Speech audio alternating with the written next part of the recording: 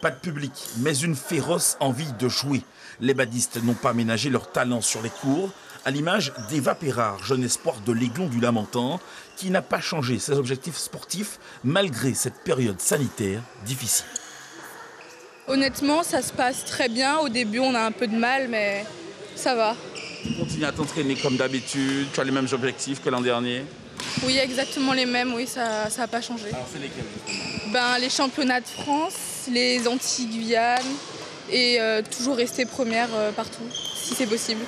Si la passion du jeu est intacte, il faut l'avouer, les compétiteurs se font de plus en plus rares sur les cours. À la 60aine d'inscrits l'an dernier, seule une 40aine ont répondu présent ce dimanche.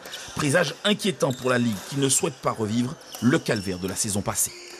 On a remarqué quand même une diminution des licenciés en début de cette année.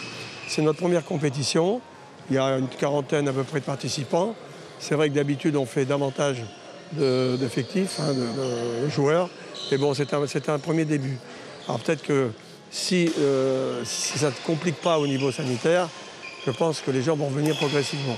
Les clubs ont décidé de s'organiser afin que soient respectés les gestes barrières lors des rassemblements. Ne pas se taper la main à la fin du match, mais plutôt la raquette, se porter les masques en dehors du terrain, se laver les mains avec du gel hydroalcoolique entre les matchs.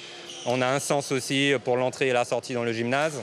Donc voilà, c'est une nouvelle ambiance, une ambiance un peu particulière, mais bon, on est bien forcé de l'appliquer si on veut pas être un cluster nous aussi. Pour l'heure, les compétitions de badminton se dérouleront à huis clos avec des mesures barrières strictes afin de préserver la pratique de la discipline en Martinique.